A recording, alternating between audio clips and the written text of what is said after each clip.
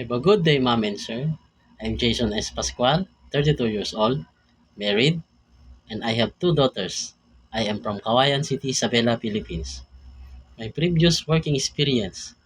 I have 3 years working experience as family driver in Kingdom of Saudi Arabia.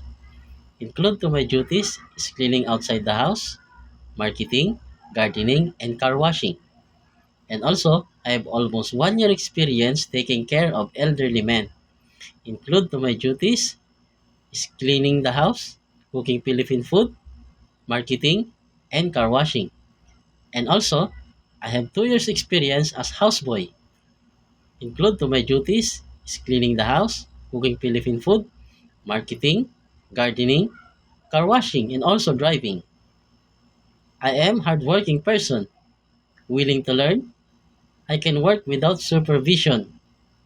If you hire me, ma'am, I will do my best. Thank you.